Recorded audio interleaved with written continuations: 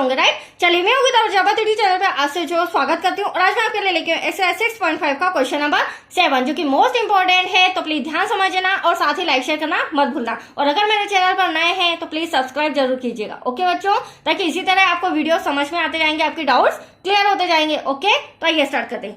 देखिए क्या कहना है इस क्वेश्चन में, सिद्ध कीजिए कि एक समचतुर्भुज की भुजाओं के वर्गों का योग उसके विकर्णों के वर्गों के योग के बराबर होता है। तो पहली बात तो समचतुर्भुज क्या होता है, तो समचतुर्भुज वह होता है बच्चों जिसकी चारों भुजाएं आपस में बराबर होती है। मैं यहाँ पर नाम भी लिख देती हूँ, ये हमारा ए हो जाएगा, ये बी, ये सी, देन डी। तो ए भी बराबर है बीसी के, बीसी बराबर है सीडी के और सीडी बराबर है डीए के। That's clear. तो ये चारों भुजाएं आपस में बराबर होती है। अब क्वेश्चन क्या कहा गया है, एक समचतुर्भुज की भुजाओं के वर्गों का योग उसके विकर्णों के वर्गों के योग के बराबर होता है। अगर मैं भुजाओं के वर्गों का योग बोलूं तो ए बी का वर्ग, योग बोला है तो प्लस का साइन, बीसी का वर्ग प्लस सीडी का वर्ग प्लस डीए का वर्ग बराबर होना चाहिए उसके विकर्णों के।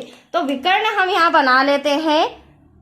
देखिए एक विकर्ण तो मैंने AC आपके सामने बनाया, राइट, और दूसरा विकर्ण यहाँ पर बन जाएगा BD। तो इन विकर्णों के योग के बराबर मतलब कि बराबर में हमें सिद्ध करना है AC का वर्ग और BD का प्लस BD का वर्ग। अब देखिए बच्चों, ये जो हमने विकर्ण खींचे, ये जिस बिंदु को प्रतिच्छेद कर रहे हैं, जिस बिंदु को काट रहे हैं, उसका नाम यहाँ पर आ जाएगा बिंदु O।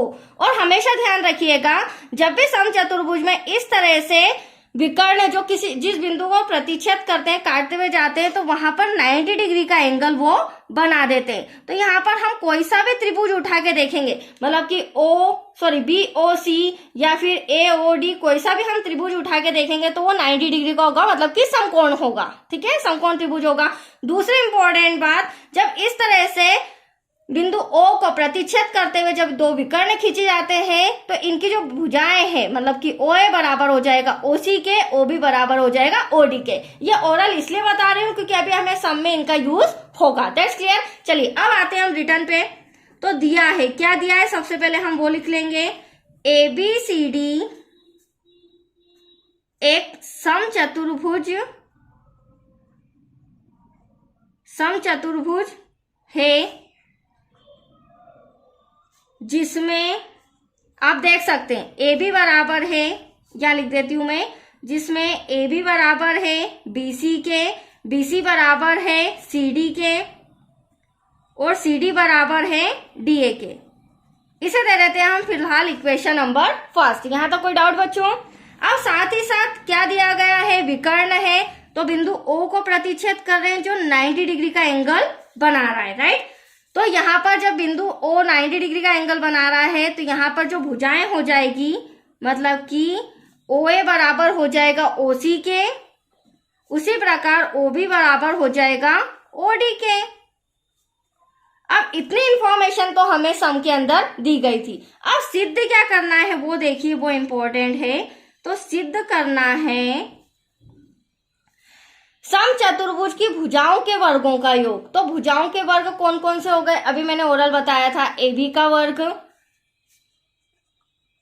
प्लस BC का वर्ग प्लस CD का वर्ग प्लस DA का वर्ग बराबर होना चाहिए उसके विकर्णों के वर्गों के योग के। तो विकर्ण कौन कौन से हैं, एक तो हमारा AC है, AC का वर्ग प्लस BD का वर्ग, तो AC का वर्ग प्लस BD के वर्ग के बराबर होना चाहिए। तो यहाँ तो कोई डाउट बच्चों? चलिए अब सम पे आते हैं। अब मैंने आपको बोला था यहाँ पे हम कोई सा भी त्रिभुज ले सकते हैं क्योंकि एटलीस्ट ये समचतुर्भुज है और 90 डिग्री का एंगल बन रहा है, तो ये चारों त्रिभुज हमारे लिए बराबर है, चारों समकोण है।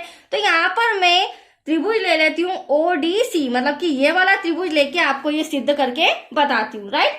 चलिए अब ले लेते हैं हम त्रिभुज ODC में। आप देख सकते हैं एंगल O तो 90 डिग्री का है, राइट। अब ये त्रिभुज क्यों लिया है मैंने, क्योंकि यहाँ पर मैं पाइथागोरस प्रमेय का यूज करूंगी। पाइथागोरस प्रमेय का जो फॉर्मूला है वो क्या होता है, कर्ण का वर्ग बराबर लंब का वर्ग प्लस आधार का वर्ग। तो देखिए किस तरह से हम इसे सॉल्व करेंगे। देखिए अब यहाँ लिख लेती हूँ, त्रिभुज ODC में कोण O जो है 90 डिग्री का है, अतः पाइथागोरस प्रमेय से, तो यहाँ पर हम पाइथागोरस प्रमेय का यूज करेंगे बच्चों, ध्यान से समझिएगा। पाइथागोरस प्रमेय, कर्ण का वर्ग इक्वल्स टू लंब का वर्ग प्लस आधार का वर्ग। अब देखिए हम ड्रॉ में देख लेते हैं, कर्ण में जो हमारा CD है वो हमारा कर्ण हो जाएगा, कर्ण की बात करूं, लंब हमारा OC हो जाएगा और आधार हमारा OD का वर्ग हो जाएगा। तो यहाँ पर लिख लेते हैं कर्ण हमारा CD का वर्ग है बराबर लंब हमारा OC का वर्ग है, देन आधार हमारा OD का वर्ग है। अब देखो यहाँ पर क्या प्रॉब्लम्स आ सकती है। सबसे पहली बात तो हमें सिद्ध करना है, तो आप देख सकते हैं यहाँ पर ये CD का वर्ग तो हमें नजर आ रहा है, जो कि हमारे लेफ्ट हैंड साइड में दिख भी रहा है। बट अगर पूरे में सिद्ध करने में बोलूं तो कहीं से कहीं तक O से रिलेटेड कोई भुजा नहीं आ रही, ना ही कोई OC आ रहा है, ना ही कोई OD आ रहा है। तो एटलीस्ट हमें इन दोनों को चेंज करना होगा। और चेंज करने के लिए हम क्या करेंगे, तो देखिए चूंकि आप ड्रॉ में आ जाइए, यहाँ पर आप देख सकते हैं जो OC है वो AC रेखा का क्या है, आधा। तो यहाँ मैं लिख सकती हूँ OC बराबर AC का हाफ, मतलब कि AC का आधा है। इसे मैं दे रही हूँ समीकरण नंबर 2, ठीक। अब हमें सम के अंदर जो आधार OD दिया गया है, ठीक है, तो OD को भी मैं लिख सकती हूँ, ये भी BD का क्या है, हाफ है, मतलब कि आधा। तो यहाँ पर OD इक्वल्स टू भी क्या हो जाएगा, BD का हाफ। तो यहाँ पर इसे दे रही हूं मैं समीकरण नंबर 3। अब हम क्या करेंगे, समीकरण 2 और 3 से OC और OD के प्लेस पर क्या लिख देंगे, AC अपॉन में 2 और BD अपॉन में 2, जिसे मैं यहाँ पर लिख लेती हूँ, ठीक है, क्योंकि वहां स्पेस थोड़ी दिक्कत आ रही है।